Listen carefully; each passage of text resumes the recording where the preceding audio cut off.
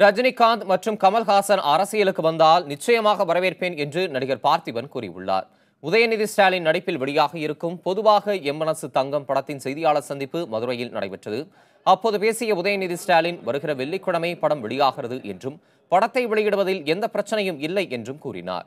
அதன் பின்னர் பேசிய நடிகர் பார்த்திபன், ரஜினி பற்றி தான் பேசிய கருத்தை தவறாக புரிந்து கொண்டார்கள் என்றும் ரஜினி மீது தனக்கு அதிக மரியாதை உள்ளது என்றும் கூறினார். கிராமத்தோட முக்கியத்துவத்தை கொஞ்சம் கதைக்களமாக இருந்துச்சு.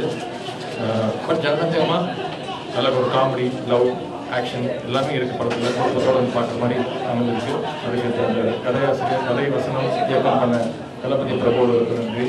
கமல் சார், ரஜினி சார் ரெண்டு பேருமே அரசியலுக்கு வந்தாங்கன்னா நிச்சயமா நான் வரவேற்பேன். என்ன காரணம்னா, அரசியலை சம்பாதிக்கணுன்ற அவசியம் அவங்க ரெண்டு பேரும் கிடையாது. அந்த ஒரே ஒரு காரணத்துக்காகவே நிச்சயமா அவங்களை ஆதரிப்பேன்.